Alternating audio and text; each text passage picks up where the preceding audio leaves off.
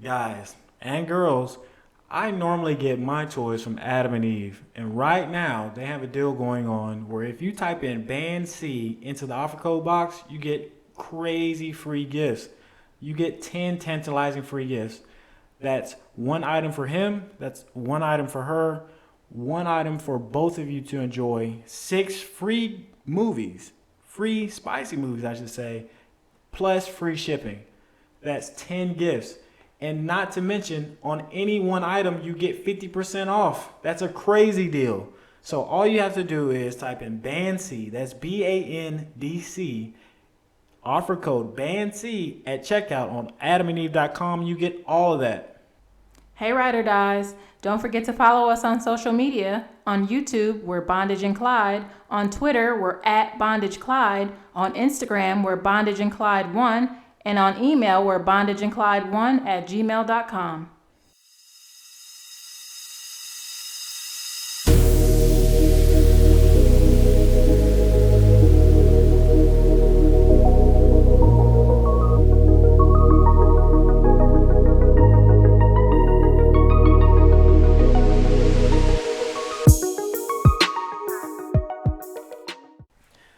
What's up, guys? This is Tyra Johnson. And this is Kelsey Cummings. And this is episode 10. Episode 10. Fogezin. So I saw we got some German listeners, And some French. And we're out here now. We're out here. International. Bondage and Clyde is international. Yes, so this is our last episode of the series 1, or what would you call that? How do they do that on Netflix? Season 1. Season 1. Are you still watching? Yes. Yes. So we want to end this with some fun topics. We got a few things figured out. I wanted to go over. I understand there may be some frustration, at least frustration that I've had with the audio. So I finally have gotten the audio to a place where I am at least comfortable. And I'm so happy about it. I was going crazy yesterday when I was like, yes, finally I know what's going on with this dual mic setup. We sound fine, I hope. Yeah, so we got that figured out. And now I think season 2 will just be a springboard. And I think a lot more people will be happy with the audio quality. So stick with us. We're always getting better. We're always figuring things out and trying to get better content to you guys. Cool. Hey, baby, how'd you like that new gift I got you? Baby, I absolutely loved it. And I loved how it was so discreet. It is super discreet, right? I love how it came in a nice vegan leather travel bag. Like, it looked like a purse. It really did. And really, it's small, but it has a lot in it. I mean, it has a mask, a whip, a paddle, a collar with a leash, wrist cuffs, and ankle cuffs. I feel like this is the perfect surprise gift for any couple.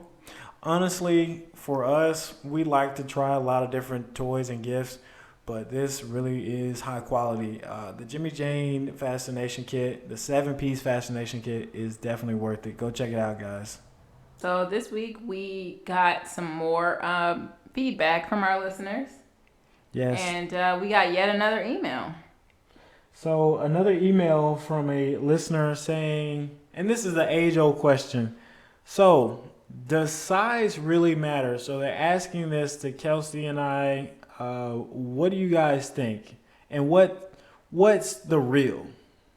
Well, we know that most people would probably say yes. Yeah.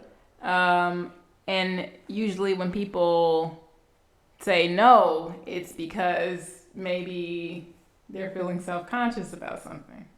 Would you agree? But even when say when a woman says no, that size doesn't matter. Size matters, I should say. When a woman says size matters. Or size doesn't matter. I just think it depends, I guess. So for me personally, what are we gonna call this listener? We're gonna call this listener Tay Diggs. All right. No, let me not pin that on my boy Tay Diggs. He didn't email us. I'm gonna let y'all know that. We're gonna call them Bunch of Crunch. All right, Bunch of Crunch. So when it comes to size, for me, it does matter. Shock, the reaction. The size queen says size matters. Wow. Wow. So for me, it matters because I think because I've had my fair share of larger members. Because I've had quite a few large partners, I should say. I think it's just tough to then go back. Right. Like maybe if I didn't have a taste, maybe I would be okay with much smaller. Right. But I think I've just been spoiled. Right. So Tyrod. Huh? what was that? So yeah, I think just witnessing this from the outside, I can say that Kelsey definitely responds well to size. From even a dildo standpoint, I think that it matters and it helps. So tell me about that the center, the back of the pussy has been hitting. Tell me a little bit about that.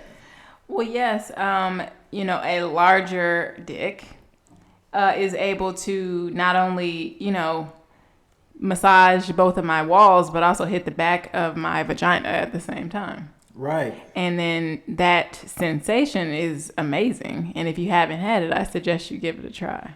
Yeah. Yeah. So what would you say?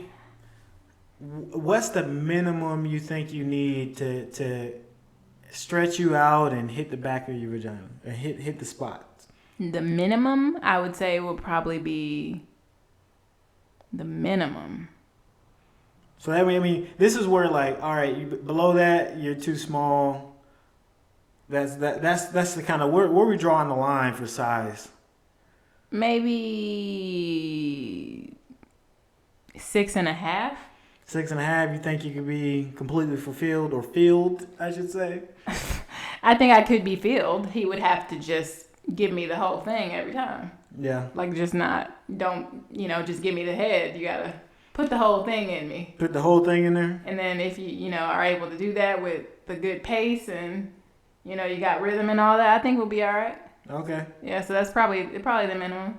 Okay, 6.5. So you can be fulfilled, content for all the days going forward with 6.5. All right. I think so. And let me just preface this with this is my preference. This is one not lady. anybody else's preference. This is one lady. It's just me. So I would probably say that would be the smallest that would be able to fill me up. Right, and I think one thing we see on the internet is the U.S. average for penis length is around 5.5 inches. So that's the average. So if her minimum is 6.5, I'd say she definitely prefers sizey men. So that's correct. Yeah. So she's not the normal. If the normal man is smaller than that, her preferences are not normal. So one thing about that too is the self-consciousness of men versus what women actually feel. So I think it was the statistic, and I'm gonna misquote this all day, but you're gonna take it right now. Take that. Exactly. So around 80% of female partners are happy with their partner's genital size. Correct. Where about 50% of men are actually content with their size and don't think of it as an issue. But that tells you that women are compassionate. Women are able to not focus so much on that when there's other good qualities in the relationship. Right. But I mean, no, they're just asking how content are they with the size necessarily. So it's only about size. Only about size. Oh, I misunderstood you. Yeah, so women are 80% like to say that the size of their partner is good enough, like it is appropriate. Okay. Where 50% of men in those relationships were saying that they feel that they are lacking a little bit in the size area. Gotcha. So a lot of times it's internally, and there's either societal pressure or just the pressure from imagery that men feel that they may be inadequate, which I think it may be a little bit misleading on some of the things they see and hear and what the intake of information that they feel that we are lacking or smaller or I guess not adequate. Mm-hmm. So I think it goes along with like how women have their own like body image issues and things like that. Men have theirs too. Yeah, definitely. It's just not as talked about. I guess it's women and their body issues. Or would you disagree? Yeah. Oh, I definitely would agree that. I mean, men issues in general are not talked about or pushed as much. Mental issues and other issues for men are not as talked about because we are not. We're not proponents for ourselves as much as we should be. Mm-hmm. Where I think women, they go out and they coach and they have a lot of internal voices for each other that kind of help get through a lot of those things. But that's a whole nother issue. Just men issues in general need to be pushed a little bit better. And men need to talk to each other, need to be more compassionate with each other and open to listening to those issues and helping each other out. But that being said, I'm with a woman who definitely prefers someone a little larger. So, and even, her side dudes, things you choose are you like to have larger men than even I am. Mm-hmm. Yeah, so that's just my lady. So you guys don't necessarily need to feel like your woman's thinking the same thing or want the same thing or want someone larger. Although she might. Talk to her. She might, but there's a lot of women out there that are saying that they are content with their man's size. Yes. So you were we talked about what was probably the lower limit. The lower limit. So what do you feel like is the upper limit? What is too large? Too big for me would be 12. 12? Mm-hmm. 12 in length or just 12 and a big thick 12? I mean, I would probably like to look at it, but as far as actually having sex, that might be too much. Mm-hmm. That 12 and thick, that isn't. I mean, that's too big. Yeah, it'd be uncomfortable. I probably only would be able to get like a little bit in, and then if they go any further, I'm a small girl. Mm-hmm. So that's a lot. That's asking a lot. Yeah. So 12 just in length is too big for me. Mm-hmm. Mm-hmm. Okay. And so 6.5 is fulfilling, and 12 is too much. Yes, that's a big range. I feel like. Mm-hmm. Okay. All right. Well, I think that pretty much covers that, and I hope the listener, the emailer, is happy with that. Well, he asked about. I guess he was just asking me. What are we calling him? Bunch of Crunch. Bunch of Crunch. Thanks for emailing us. That was an interesting take that Tyrod had on it. So I think the moral of that is just, hey, every girl is different. For me, I prefer bigger, and I don't think that's a secret. Mm-hmm. And I don't want it to be too big though. Yeah. And that's it. That, and on my side, I would definitely encourage or profess that you should go and talk to your partner and understand. And you guys should, just like we like to have a lot of sexual conversations between us, you should try and understand each other as best as possible, because you might be with someone who also wants someone larger in the bed. You never know. So that was our Dirty Talk segment of the day. Mm-hmm. All right. Now, on to our main topics for the episode. This one is interesting because we personally have seen this happen and have gotten through it and are, dealt with it, and this is an interesting one. So finding this topic was made us think. We had to sit and talk for a second. Hey, what would we answer this? So the question is, how do you deal with a situation where your partner has a different sex drive, as in you want sex with your partner more often than they want it. How do you deal with those situations, and does it work? So I feel like that's definitely a topic that a lot of people deal with, because if you're in a relationship for a long period of time, I feel like people are going to go through changes and seasons, and at certain points you may be really really into sex, and some points you may not be. So I feel like this is something that a lot of people in relationships go through.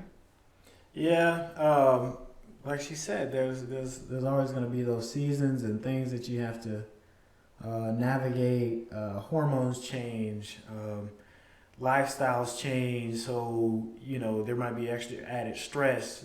Things like that can change each person's sex drive differently. And I think it's going to be one of those deals where you always have to constantly communicate and talk and work through, and each person needs to understand and use love to drive yourself through. So, but as far as how you deal with it on a local level, day-to-day level, you have to both understand where your headspace is. You can't just hold a grudge or think the worst of the person. You have to think the other person has your interests and their best interests as well. So they're not out to be malicious or evil. You have to always think that your favorite person in the world has your best interest. So how do you deal with it personally, Tyrod? Like, your lady doesn't want to have sex, you do. How do you deal with it? So for me, I try and redirect that sexual tension and also be as understanding as possible, because once the person who wants to have sex the least is the person who controls the sex at that point, because you're not going to force them to do anything. It's going to be uncomfortable for you and them, and it's just not going to happen without them wanting to have sex. So when they are ready to have sex, you need to make sure that you are ready to have sex. So in those times when they say, "Hey, I want it," you gotta be ready. So yeah.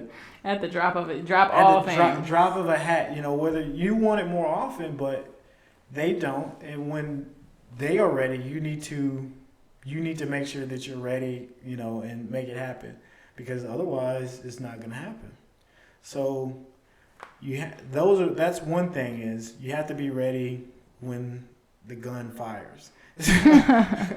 Yeah, I would agree. One thing important that you said there is just like understanding. I think if both of you have had the discussion and both of you understand where the other party's coming from, then that just would avoid, or that would limit some of the arguments or some of the negative feelings that you may have. Yeah. I think that's a big part of it, is that communication, and then having a positive way to redirect that energy, that sexual energy you may have, is a good thing as well. So like, you gotta find things like, say, I might go work on the car, or I might go exercise, concentrate on yourself, do a lot of other things that are personal building or whatever. When those emotions come, you have to find other ways to work on yourself, because that's the best thing for you at that moment. Agreed. I don't know if I have anything else to add. I agree with everything you said there. Yeah, because and it's tough too. I will say it is tough.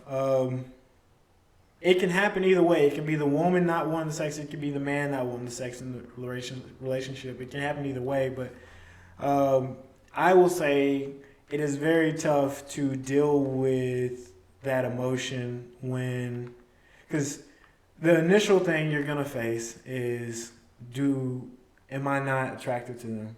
That's the first thing, because you want them so badly and they don't want it, or not in the mood a lot, or whatever. You're going to face that initially, like, hey, am I no longer attractive? Do they just not want to be with me? And most of the time, it's never any of those things.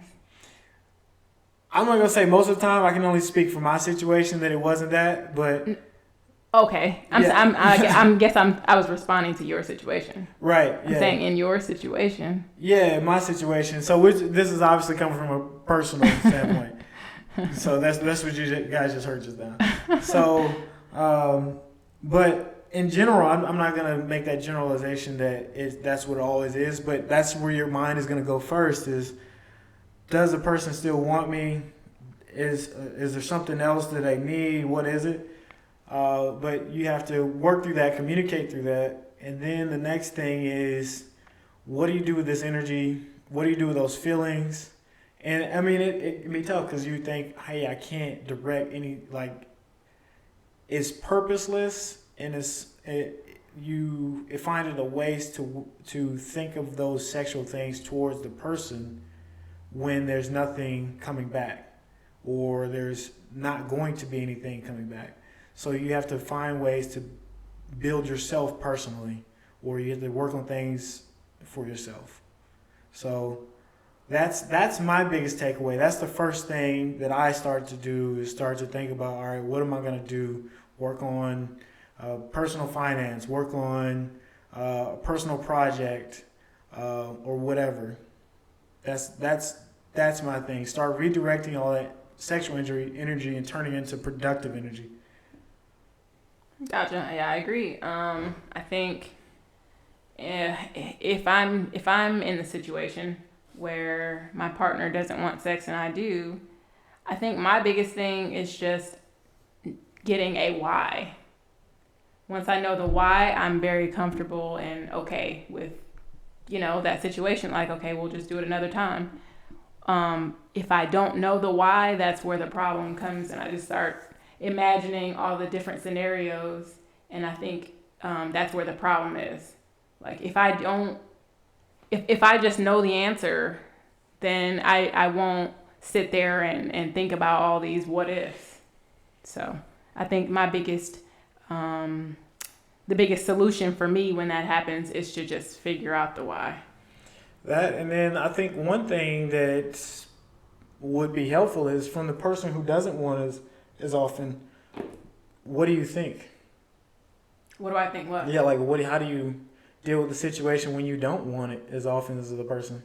It's tough because a lot of times you feel like you need to cave in order to make your partner happy. And you have to decide what's more important in that moment. Is it making your partner happy, or is it making you happy? Mm-hmm. So it just depends. It's up. It's a tough position to be in, because you just don't want them to assume anything negative, but you might also just not be in the mood. So it's just you have to decide at that moment what's more important to you. Mm-hmm. And what about like the prolonged, like over the span of a couple weeks or a few weeks, or, if it's consistently that you just are not in the mood, how do you deal with that? I would think just you have to look at what's changed in the last couple weeks. Has there been a major change with your partner or with you? Like, why all of a sudden do you think you're not in the mood? And maybe if you figure out the reason, you could, fix it. Okay. But if you can't figure out the reason, at that point you just have to just keep communicating with your partner and until you can get to a place where where you're no longer feeling that way. Mm. So. Okay. And then one thing too is, it's in that situation where you are both kind of on a different sides of the table, and the sex drive is just there's that disparity. Both people need to recognize at that point, hey, I know I'm not giving my partner exactly what they want. So them being unhappy at that point should be understandable. It's not that they are angry at you or anything like that. It's just they're unsatisfied. They're just that, and that's a natural thing or reaction. Is, oh well, like you said, there's gonna be their thoughts of why and wanting to know the answers, and they have their questions. But there's also that. I mean, it's just like when you don't having sex is so natural to us. It's like eating. It literally is just that natural to the human being. So them being unsatisfied in that way can be a little bit it can be off-putting. It can cause them to be like hangry, but what would it be? Hangry. That's hungry and angry. I know, but it'd be like hangry. It'd be like horny and angry. Horny and angry. So it could be like that. Like it's just that. That's one of those things that from the person who doesn't want as much, they have to understand that, yeah, there might be, just because I don't want it doesn't mean the other person won't react. So that's another understanding of the situation that each person needs to be in. And, hey, I think there just needs to be understanding from both sides. It needs to be a clear understanding from both sides what's happening, and clear communication. Also, just naturally, men and women have different sex drive. Yeah, I mean, and it will change. So there's a point where women will flip the script and that they might want it more than you. Like, yeah, you could say a teenage boy is going to just be on fire, right? And then 20s on fire, and then 30s still on fire. But in the 40s and 50s, I hear women go crazy. You know, that's when their light really turns on. That's because I think, from what I understand, men and women peak at different ages. Yes. And women peak later than men do. So it might seem as if they're, more horny or whatever if once they're older, mm-hmm. versus men, they've already peaked, so they're on the downturn. Yeah. Men stop caring as much, and at that point they're like, well, I done all I could do. So yeah, there's gonna be that time when you guys are just off beat a little bit, and you gotta make sure you communicate and understand the whys of it. It could be major, or it could be just the timing, just things going on in life. So I would say that's probably the big thing going on there. You always got to communicate. As far as us though, for me, I just have to redirect the energy, and so after redirecting the energy, when it comes together, when you guys are actually having that moment together, or for us, when we have the moment together, and she's ready, it can be a little bit hard to click into gear. It's hard to, all right, now I got to get it going, because you have redirected the sexual energy you normally would feel for that person into other things, and now you have to you have to focus that back on that person, and it takes a second. It takes them a couple minutes to okay, well, all right, this is happening. This is my person. I want this person. Yes. Because now you've your whole mind state has had to change. So that's one thing you have to realize, that when you're the person who normally wants it the most, you have to understand that yes, you enjoy sex with this person, and just because at this very moment you're not in the mood doesn't mean as soon as it starts you won't enjoy it. You know you're going to enjoy it.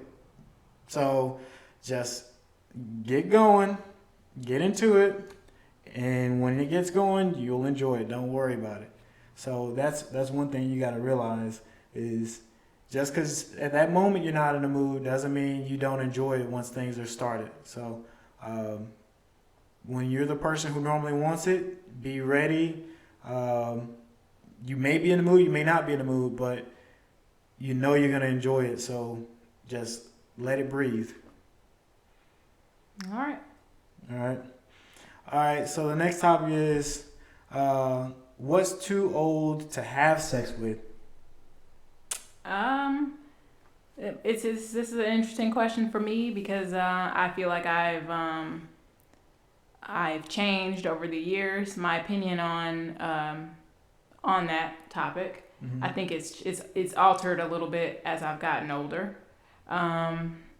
For me, I would say too old would be 60, and I think So 59, you're doing it. 60, no. yes. Okay. 59, you let him clap the cheeks. I'm not saying that he has a chance. I'm just saying that it's more likely for him to have a chance younger than 60. At 60 is absolutely not. It's just that, like, hey, it might be a 59-year-old who's just fine, who still is very in shape, and he doesn't look or feel like he's as old as he is. So I feel like it has a lot to do with that individual person. But I can make a broad statement and say, if you're 60 and over, you don't have a chance. What? So let me think. Once you sign up for AARP, you don't have a chance. Mm-hmm. Once you can start collecting retirement without fines and fees, I am out of the conversation. You're out of it? Yes. Unless, I'm kidding. I was gonna say he's a sugar daddy. Oh, well, that's different. No, he's just having sex. You actually gotta have sex with this person. Yeah. Nah, that's where I'm bowing out. I would say for me, it's probably it's somewhere in that range, low 60s, somewhere in there. But like she was saying, but I guess unlike what she was saying, I'm not so obsessed with the number as so much as what do you look like. I don't even want to hardly put an age on it as far as any of that. It's just once you start getting jowls and your cheeks are sagging. Yeah, your cheeks are sagging. You looking like the American bulldog. What are jowls? Jowls is like when you're right here, that starts sagging right here. You get that wrinkle right there. Your face. Yeah, that and you got liver spots and once the skin is sagging, it's like, come on now. Nah, that ain't me. But no, if everything is looking real nice and tight and everything's cool, and you still got a youthfulness to you, everything's tight, yeah, we can get it on. I've definitely been with people 30 years older than me. Actually, hold on. Wait, pause. Record scratch. Actually, sorry, no, 35 years older than me. I can't say that I have. Yeah. Yeah, I've definitely been with people much older, and I should say we are both in our early 30s. Who's in her early 30s? Yeah. So that gives you an idea of our perspective. Because if I was 55, 60 ain't nothing. Well, yeah. Yeah. Yeah, that wouldn't make sense. Yeah, so that's one thing that's about the age limit at this point. Probably somewhere in there, that early 60s where they're starting to get their jaws, faces drooping, skin is lost all of its dexterity. It's just, that's no good. Now, I will say, there are some melanated women that are in their 60s that look very good. Right. So that's where I hesitate in terms of putting an age, because individual people look great. Mm-hmm. But just if I was just making a broad statement, most 60-year-old men, I'm out the game. I'm not interested anymore. Okay. So yeah, I will say there are some exceptions to the rule. Okay. Does a full head of gray throw you off? No. Does a full mane? I actually like salt and pepper. That's what they say. There's a hair dye that makes you salt and pepper. I like that. Mm-hmm. So I'm looking forward to getting older as far as that. I'm liking it. You like that experienced look? I like the early 40s. The chiseled, strong man with salt and pepper hair. That's a turn on. Mm-hmm. So, but that's just hair. Mm-hmm. I still need the body to be right. The face to look right. Mm-hmm. I'm not necessarily attracted to wrinkles. Right. Got you. All right. That's well and covered. No, I definitely think though there are some women out there that defy age, and yeah, you're gonna go if you set a hard limit, they definitely would break that limit for you. I would like to hear from some of y'all about that. Like, if you have ever dated someone much older or much younger than you, and if you have, email us at bondageandclyde1@gmail.com. I just am interested to see if our opinions on it are normal. Mm-hmm. I don't know. It seems like we might be a little bit more risque than the average. Yeah, are some of you millennials out here chasing boomers? That's what I want to know. You're a millennial. I know. Okay, I just wanted to make that's it. what I'm saying. Oh, I thought you were being like, oh, those youngsters, those young whippersnappers. No. I'm saying our other millennials. Gotcha. Chasing boomers. Yeah. Are you a Gen Xer chasing a boomer? That True. would be they're adults now too, aren't they? They are. My brother's age. Brother. Okay. All right. Let's see.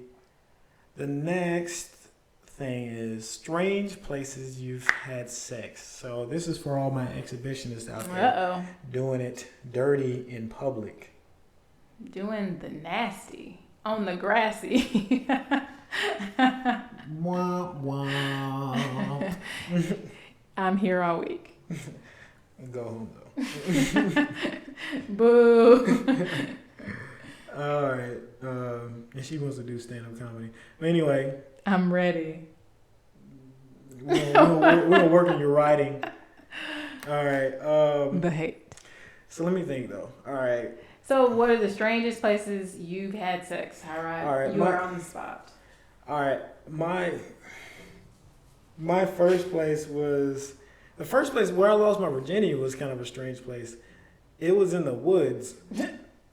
I'm sorry? It was in the woods next to my house, next to the street. So like... So you were on the ground? So like, no, we were standing. It was like doggy style standing. And I mean, honestly, that was probably... when you're young, I'm not gonna say how young I was, but when you're young, none of this stuff matters. The public doesn't matter. Anybody seeing you doesn't matter. You're just out there. I'm getting my first little piece, and I don't care who sees. So you were adventurous from the start. Yes, and then. So you didn't worry about anybody walking by. No, driving by, none of that. I want to say someone did drive by, but it was just one of those. This was a young lady I had really wanted for a while, and apparently she wanted me really bad too, and it happened, and I was... You know what's funny? I should talk about this real quick. So... Sidebar. So, it's funny how she was telling me, this is this age-old thing where she was telling me she was a virgin, and I was saying I wasn't, but I was a virgin and she wasn't. Oh, it's just funny how so girls... she wasn't. Wow. She wasn't. So I slide in like the McDonald's play place. Oh, God. And... That nasty play place. Yeah, I slide in like a hot dog in the hallway. I mean, it's just like soaking wet. There's so much going on down there. And I'm like, yo, is this what it's like? And, and I know guys out there, like that first time you get that first good, you just like, whoa, I'm hooked. I knew it was going to be good, but I didn't know this was going to happen. So. I'm jealous. I'm jealous of your first time. First time was awesome. So I've actually never had sex with a virgin before. So neither have I. There you go. We've never had inexperience to deal with. Every time it's somebody who has always experienced. Right. Or not necessarily every time, but every time they were not a virgin. How about that? Mm-hmm. So we had sex in the pines over in the woods. What about you? What was your first kind of exhibition experience? At work. At work? Go tell me about this. So I was, I'll just say I was still living at home. Well, was I at home? So I was young, and I was at work, and there was this guy who I worked with we flirted every day. Like every day, it was always a thing with him and I. Just obviously, we were interested in each other. We were working, so it was never really anything that could happen. So one day, I guess the flirting just got to be too much, and we went to the back and had sex right there at work. Like we went into a room, closed the door, and had sex. Oh, yeah. I'm looking back at it, like shaking my head at like, what the hell was I thinking? How long was this? Like Pretty much. A 15-minute break or a 30-minute break? This probably was like 30 minutes, and I'm not sure why no one came back to check on where are these two employees. Wow. We just lucked up and nobody came back. Wow. Was this like a happening job where a lot of people were around, or no? It was pretty quiet. I would say it was quiet most of the day. Like there were like lunchtime, it would be like a big rush, but the rest of the day was just kind of like there's people trickling in here and there. Okay. So I wouldn't say it was a happening restaurant really. Okay. So that's part of the reason why we were able to. Yeah.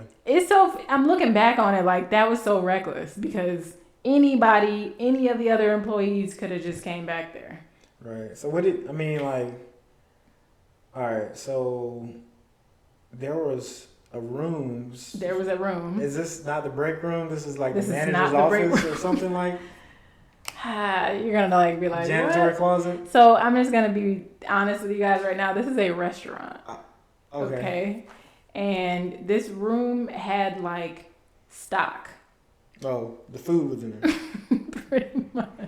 It sounds really bad. Okay. But basically, there's a room with food in it. Was it? That's. All right. So you guys are standing, or you laying down? What happened here? We were standing. And I guess we had sex standing. Okay. Look at that. And then we just cleaned up and. Was it good? Did you finish? It was good. It was good. Yeah, and we went back to work like nothing happened. Wow. This first and last, or y'all do it some more? We did it some more. Wow. At the job? Or no. Oh, okay. That was the last time at the job. Oh. The other time we were actually in a house. Okay. So that was good. He actually came over my house. Came over. He came all right, but he came over my house. This is my parents' house, and that happened again in the basement. Wow. Look at that. Adventurous. I'm trying it. That was testing the waters. Young at the time. Testing the waters. But to me, I would not have done that. Going back, like me now, I would not do that because it just was so. We would have gotten fired. So obviously, this is not the guy you lost your virginity to. This is like a few guys down the road. Yes. Okay. Yes. Okay. I was still young though. Okay. But I had already done the do. Which you want to hear that story since I see you're looking. No. Okay. No. Because that was not adventurous. We're trying to talk about you were in a strange place when that happened. No, I was at a house. Right. So that's we want to stay on topic. We're not gonna. Okay. I mean, hey, this is our podcast. You know what I'm saying? Sometimes they're gonna get extra stories. All right. Well. But okay. The point of that one was this was a strange place that I've had sex. It was strange because it was my place of employment. And you could get caught. And I could get caught and fired. Right. And then I have to explain why I got fired. Right. To my parents. Oh, and that would not be a great explanation. I would just be like, I stole money. I would rather just say the worst. I stole money. I stole some money, and then that's why they fired me. Exactly. I don't know. Right. I was late. Several times. Yeah. And they're like, wow, you must have been late a lot. Yep, I was late every day. I would have just lied because I just would never have just agreed with everything they said. Yep. I would say the next time I did it in a strange place was in a car at an elementary school at night. Let me put it that way. It's not that creepy. So this is with someone I went to high school with after high school. So a few years after. 1 year This is the summer after high school. Okay. Actually, now I think about it. Is that right? Yeah, something like that. And in her car, yes, her car. We meet up. We have been talking all summer, just chit chatting, and eventually it was just like, all right, you're home, cool, let's go somewhere. And we ended up, I guess, middle ground at some elementary school. Like y'all met up in different cars? Yeah, we met up, drove, parked beside each other. Okay. And I jumped in her car and in the back seat at elementary school. Now I've also, should say, I've had a couple occurrences in cars, and cars are never good. It's never. I haven't had great experiences in cars. It's just uncomfortable. It's uncomfortable. It's not made Not to a lot do of that. space. Unless you're in like an SUV, then you can make it work. Yeah. Which then, as long as you got like a blanket or something to throw down. Yeah, to throw down, that's a double. Anyway, if you got something like a pad to put down, the SUV definitely works. Fold the seats down. Right, that you can do something. Yeah. But as most cars, especially when you're young, Like a sedan. everybody has little cars. Yeah. It's not gonna work. Yeah, so the backseat of a Camry. A Pinto. Remember that car? Yeah. That's an old car. So that was not a great experience in my recollection. Not very wet, not very. I don't know. It's just not a great chemistry. Y'all were just two horny people, and then you decided to do it in a Yeah. car, and it just was whatever the car experience is. Yeah.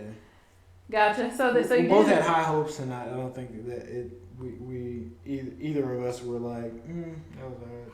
All right. See you later. Yeah, that's what it was, and it never happened again.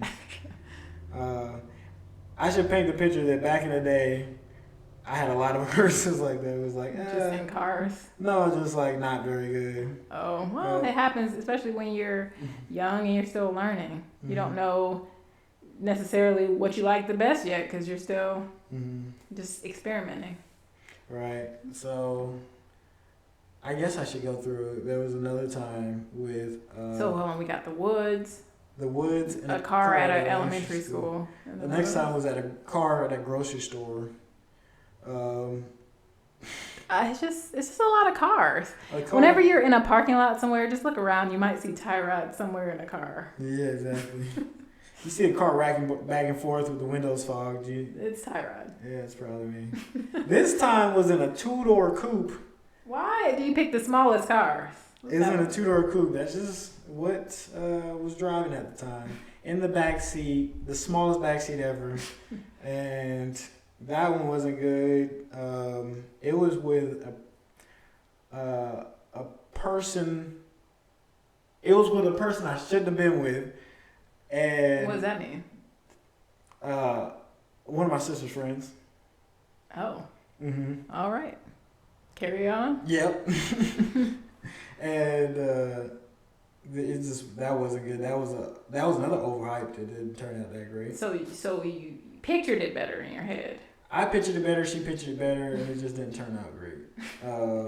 It was like Another swing and a miss. yeah, bad smells and all kinds of stuff. It was Yikes. just like it was like so that wasn't good. But another exhibition experience. You got it. I've done 2 in a row. Go ahead. You. All right, so strange places. I've had sex in a lot of places, but I don't know if they're strange. Or in public. It's really just about it in public. Public. Well, no. I guess I'm not great at this, but another place I did have sex was technically on the grounds of a theme park. Okay. It wasn't like on the roller coaster. Yeah, y'all were somewhere in a booth. Yes. Okay. I worked at a theme park at one point, once upon a time. And there was a guy there who, it's fun, it's weird. Mm-hmm. So this is another state that I don't live. Right. But he actually ended up being friends with my brother. What are the odds? What? So I meet this guy. We, I don't know, we've just been talking for a little while. We work at the same place. Again, it's always people where I work with. I don't know. And then we, chit-chatting, flirting, and obviously the flirting escalates. And then we have sex in a booth in a little room. And I remember him coming really fast. Mm-hmm. That is my memory of that experience. Right. Like, I didn't get a chance to get into it that much because, lo and behold, ski. Yeah. And it was over. Uh-oh. So. And that was a one and done? That was a one and done. Mm. It was, but it's so funny because I think, if I'm not mistaken, he is still friends with my sibling today. Look at that. But my sibling does not know. Mm-hmm. But that happened at a theme park. Wow. Way back in the day. I bet you wish you had a toy from Adam and Eve at that point. Oh my God, if I had a toy from Adam and Eve, I would have been so satisfied and happy. And you would have put in that code, BANDC. BANDC. BANDC. In the offer code. No, but legit. Do it. Because if you're going to buy the toy anyway, you might as well get some free stuff with it. You might as well get free stuff. I don't understand. Like, literally, just it takes a 0.5 seconds. If I bought a car and they said, you know what, you got a free car with that, I'd be like, dope. Right, like, why would you just not do it? Yep, exactly. Exactly. But yeah, so I definitely should have had a toy from Adam and Eve. Exactly. At the time. But yeah, so at theme park, at work, at a restaurant, you have been in the woods, and a car at a elementary school, and another car at a grocery store. Yes. I need to find better places. You need to find bigger cars also. Yeah. Well, I did. So once I was at the parking lot of a Cracker Barrel. Why is he always in the parking lot? Like, I'm saying, literally, the next time you go anywhere, just look. Just look in the parking lot. I swear you will find Tyrod. There's someone like me in the parking lot. All right. So, and if you're not familiar with Cracker Barrel, because I know we have a lot of people international. I was like, Crack House, Cracker Barrel. Cracker Barrel. It's like a country cooking. Wait, I think restaurant. everybody knows what Cracker Barrel is. Unless you're from Germany. Oh, that's right. Bondage and Clyde is international. Exactly. Cracker Barrel is a restaurant in the Americas. Exactly. Don't shake your head at me. I'm like, how did you not? Everybody knows. Everyone. I mean, I'm thinking of, the States. Okay, international. It's a restaurant It's with a crappy restaurant. food. Exactly. So anyway, yeah, but this time in an SUV, it was better. It was definitely better. But still, if you're gonna be in an SUV, you gotta have something for your knees. Need those knee pads. Which you're just not going to have readily available. Right. But now I know I keep a sleeping bag in the car. Is that true? Yes. So you're just ready to just... Well, no, I'm ready for my car to break down. That's really what that Oh, is. God. I'm ready for my car to break down just in case I'm somewhere on the road and I need to sleep in the car. But no, if my car breaks down, it's just going to be broken down. But for convenience, it helps with that as well. All right. Good to be convenient. You got a plan. But I'm trying to think of anywhere else that would be considered something. Public or somewhere.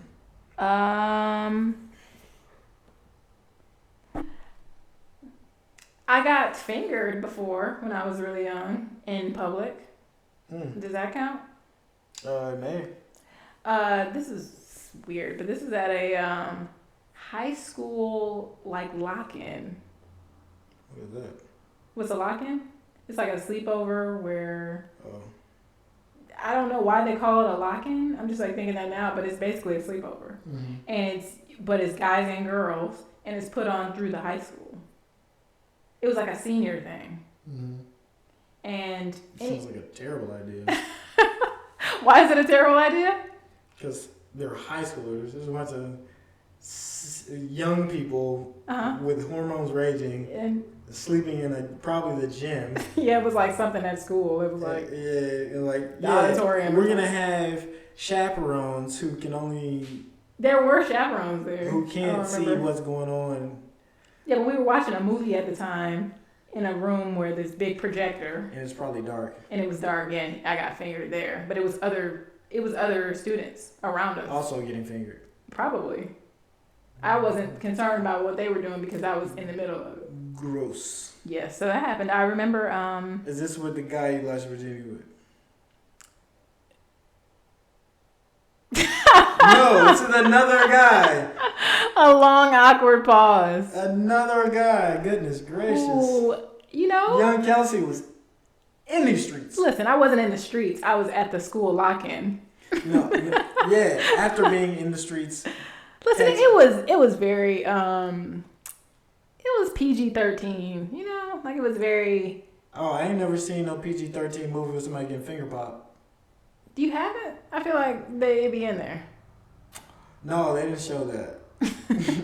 That's usually rated R. You sure? I'm pretty sure. We weren't. There was no penetration of a penis. Penis? We gotta show y'all. We gotta put in that clip. Penis? This is really funny video. Yeah, that's one of those inside jokes. Oh my gosh. But no, But yeah, so some there were other students sitting next to us, and I was. And so Yeah, he had his hand in your pants. Some young lucky young man had his finger up in there. Yeah. Did you finish? I don't think no. Because that would have been really weird if you finished right in front of all your friends. That would have definitely drew attention because it was quiet and it was dark. I mean, can you finish quiet? Not at that age. No, you couldn't finish quiet at that age? I don't think I had that control yet. You can control it with experience. Oh, really? Yeah. Oh, okay. I can control it now. Oh, I didn't know. Shoot. From my experience, Looking around. Yeah, bro. You gotta know. It's different with women. Oh, y'all. People will be like, what the hell is going on? I didn't know that was like an automatic response. If it felt that good, you might just. And the whole crowd would look at you and stop. Like, really? That would be the most embarrassing thing. Wow. So that I don't think I finished. I'm pretty sure. So, okay, got you. Yeah. That would have been funny. Yeah, so that happened. So that is technically in front of people. But, so does that could count as public? Yeah. All right, so. Yeah, you're at school. All right, so I'm in like a high school auditorium for a locker room, getting finger popped, as Tyrod calls it. And what else did I say? At work and at a theme park. Okay. Let me see. Has something else happened with me? Let's see. Anywhere else I've been having sex? Let me think. I don't think I've had any like where it was just like literally people surrounding me. I think that's weird. I mean, I know people love it. It's a fetish, which we talked about in our last episode. You should check it out.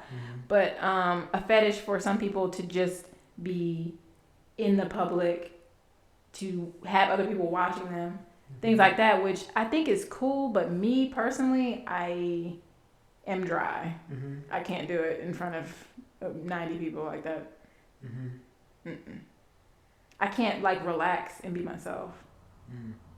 Yeah, that makes sense. So I couldn't do it. I think I'm sure there's been some moment where I've done something that was probably pretty inappropriate, like maybe hand in pants like that at the library in college or something like that. At the library? Yeah, What's happening in the library I though? put my hand in the girl pants at the library. Oh, I thought you said your pants, No, like not. your own pants. No, it was like hand in pants. Oh. But there's probably been those like a moment or something like that. But Probably. for the most likely. No, I'm pinning you down. What do you mean privately? I mean probably. Nothing's standing out to me right now. So it may or may not have happened? Yeah, it may or may not have. I mean, I'm just saying something like that could have happened. I don't know. I mean, there's been a lot of time passed since those days. He's getting awkward stares from me right now. I'm like, dude, what for what? Because I'm like, who doesn't know? Me. All these years, I don't know. It has not been that many years, especially for you, sir. Oh my goodness. It's like last year. Okay. So, all right. Those are some interesting locations. So, where do you prefer to have sex? I prefer in a nice, comfy bed.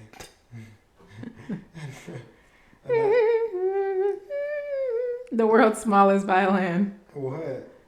You ever seen that? Yeah, it's supposed to be for like when you're complaining. But I just used it in this situation. Jeez. Okay, moving on. A nice comfy bed. A nice comfy bed, and I like lights low, but not off. Oh, we were having a discussion about this. I actually like lights off. Black, pitch dark, can't see nothing.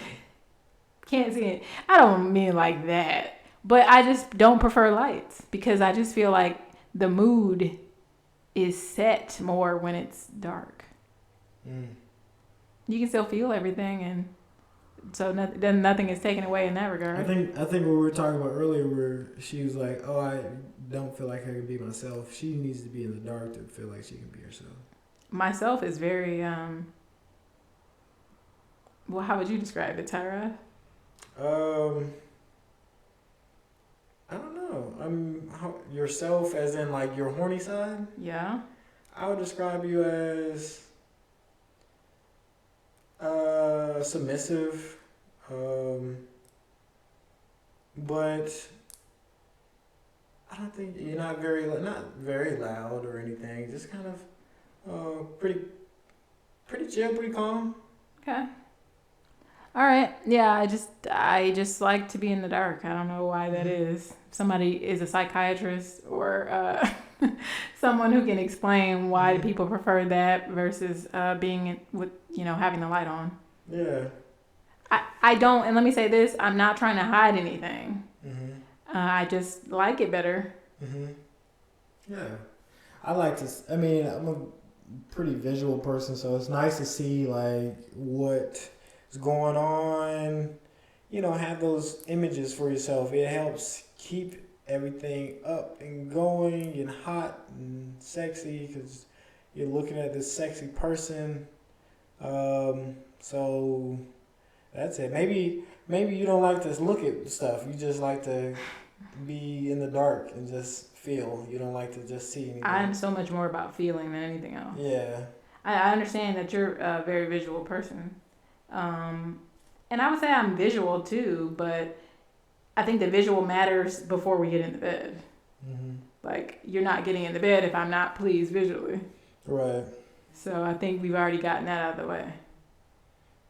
Right. Yeah. For me, I'm visual throughout because that was, that's how you keep marching on. Is that what it is? Okay. Yeah. So I think that's it.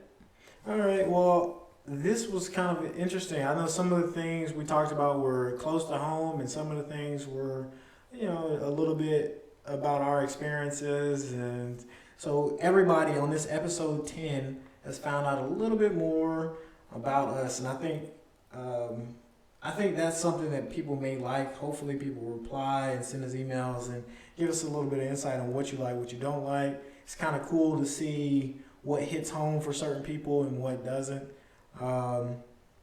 We like to try and talk about things that actually matter to us. That way we show a bit of personality. Like, I really want people to know who I am and who Kelsey is. A goober. Yeah. A jokester, a goober. Kidding, but... We like to clown. We like to have fun. Definitely. But thank you so much for joining us for episode 10 of Bondage and Clyde. All of the socials. So contact us and we might feature you in our next episode. Thank you, Bunch of Crunch, for emailing us. And join us again for next week. All right. Bye. Peace.